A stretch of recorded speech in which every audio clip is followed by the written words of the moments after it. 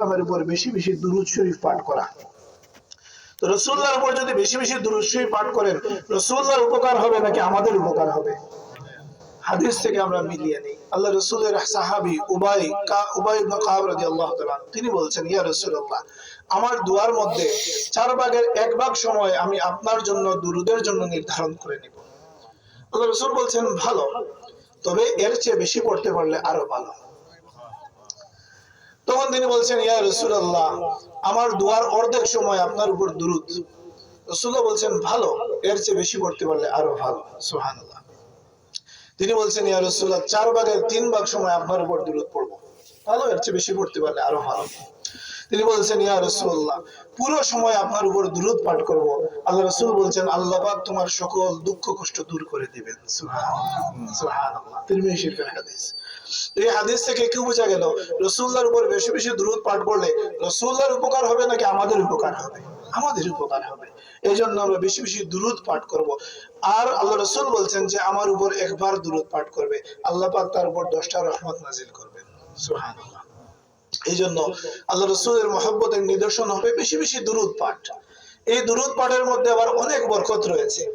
আমি এমনও অনেক সমাজ দেখেছি যে সমাজের মধ্যে ঝগড়া লাগলে মানুষেরা সাথে সাথে আহ্বান করে, সাল্লু আলাল হাবিব, হাবিবের উপর দুরূদ পাঠ করো। তারপরে দুইজনে যখন একসাথে দুরূদ পাঠ করে তখনই ঝগড়া মিটে যায়। সুবহানাল্লাহ।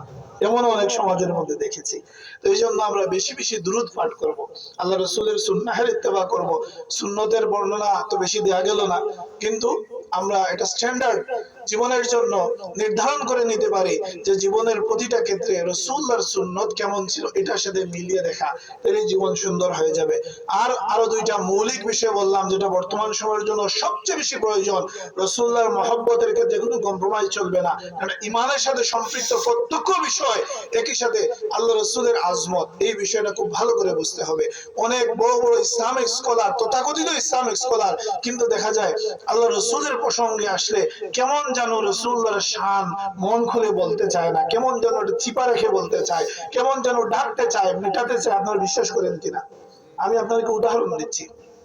আমার হাতে যে মোবাইল আছে, এই মোবাইলের মধ্যে সিয়াসিত্তার সকল হাদিস একটা অ্যাপসের মধ্যে আছে। সকল হাদিস, বুখারী শরীফের একখানা হাদিস আছে, আল্লাহ রাসূল সাল্লাল্লাহু আলাইহি ওয়াসাল্লাম বলছেন, তোমরা নামাজের মধ্যে রুকু সেজদায় আমার আগে যেও না, কেননা আমি আমার সামন যেমন দেখি একইভাবে আমার পিছন দেখি। তো হাদিসের এই আরবি অংশটুকু মওজুদ আছে, কিন্তু যিনি অনুবাদ করছেন সমগ্র বুখারী শরীফ তিনি অনুবাদ করছেন। এই হাদিস অনুবাদ করতে কি তিনি আরবি ভুলে গেছেন? নিশ্চয়ই না, নিশ্চয়ই তিনি জানেন। তো যিনি অনুবাদ করছেন তিনি সব হাদিসের অনুবাদ করছেন। এই হাদিসটাও আমি হঠাৎ করে মাঝে মাঝে মিলিয়ে দেখি তারা অনুবাদটা কিরকম করলো। আছে না, অনেক সময় তো না জানা থেকেও দেখলে একটা আইডিয়া পাওয়া যায়। তাছাড়া মাঝে মাঝে এটাও দেখি যে তারা এটাকে কিভাবে অনুবাদ করলেন। তো দেখা গেল এই হাদিস, পুরো হাদিস জায়গা মতো আরবি আছে, বাংলা অনুবাদ করতে গিয়ে আল্লাহ রাসূল যে বলছেন আমি সামন যেমন দেখি পিছন তেমন দেখি, এইটুকুর বাংলা অনুবাদ নাই। তো যিনি হাদিস অনুবাদ করছেন তিনি কি আরবি জানেন না? নিশ্চয়ই জানেন। এবং এই লাইনের মধ্যে কি আছে সেটা জানেন না? নিশ্চয়ই জানেন। তাহলে এই লাইনের অনুবাদ কেন করলেন না? করলেন না এই জন্য এখানে আল্লাহ রাসূলের শান রয়েছে। রাসূলের রাসূলের আশিক হবে, এই জন্য রাসূলের শানটাকে তিনি রেখে দিয়েছেন। সাহাবা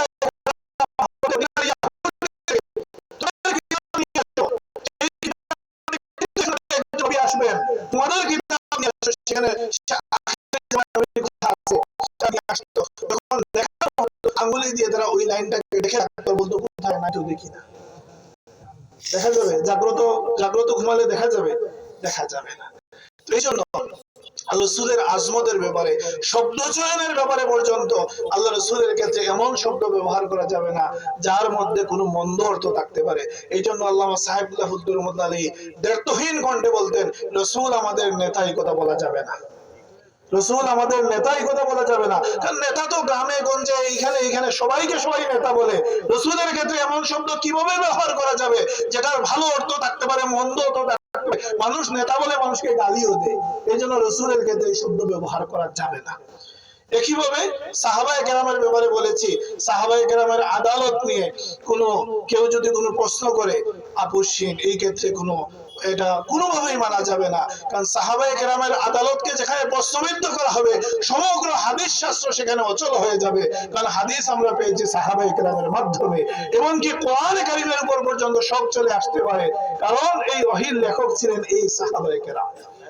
এই জন্য এই মৌলিক বিষয়গুলো ইমানের সাথে সম্পৃক্ত বিষয় আমরা ধারণ করব, রাসূলুল্লাহকে মহব্বত করব, আল্লাহ রাসূলের সুন্নাহের ইত্তেবা করব। আল্লাহ পাক আমাদেরকে তৌফিক দান করুন, আমিন।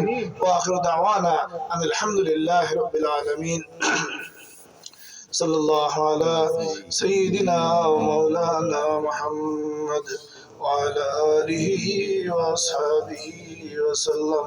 صلى الله على سيدنا مولانا محمد وعلى آله وأصحابه وسلم. بلغ العلا بكماله، كشف الدجى بجماله، حسنت جميع خصاله، صلوا عليه وآله. اللهم آمين. الحمد لله رب العالمين، والصلاة والسلام على أشرف الأنبياء والمرسلين.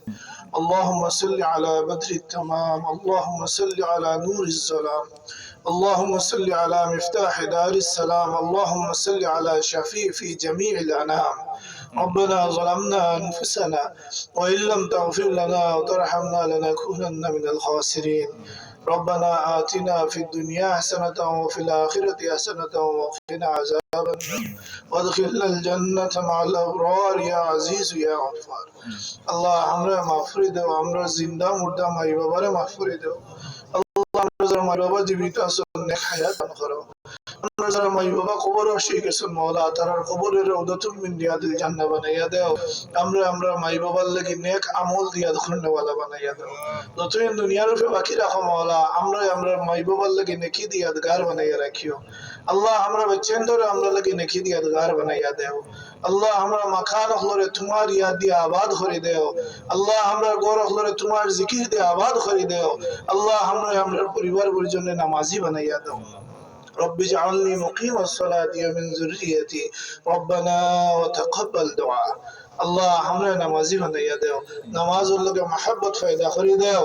আল্লাহ মসজিদ ও জামাতের সাথে নামাজ তৌফিক আমরা দান করো। আল্লাহ আমরা নামাজি বানাইয়া দাও। আল্লাহ আমরা অন্তরে পরিশুদ্ধ করে দাও। আল্লাহুম্মা ইন্নী আসআলুকাল হুদা ওয়াত তুকা ওয়াল আফাফ ওয়াল গিনা। আল্লাহ আমরা হেদায়েত নসিব করো। আল্লাহ আমরা তাকওয়া নসিব করো। আল্লাহ আমরা শুভ রাত্রি উফর রাত বানাইয়া দাও। আল্লাহ আমরা শুভ রাত্রি দিনওয়ালা রাত বানাইয়া দাও। হালাল রিজিকের ব্যবস্থা করে দাও, হারাম থেকে বাঁচিয়ে রাখো। আল্লাহুম্মা কফিনি বিহালালিকা আন হারামিক ওয়াগনিনি বিফদলিকা আম্মান সিওয়াক। আল্লাহ খরচ দেখার তৌফিক দান করো। অভাবগ্রস্ত অভাব মিটাইয়া দাও। মুসিবত যাদা মুসিবত আসান করে দাও। সুবহান রাব্বিকা রব্বিল ইজ্জাতি আম্মা ইয়াসিফুন ওয়া সালামুন আলাল মুরসালিন ওয়ালহামদুলিল্লাহি রাব্বিল আলামিন। আসসালামু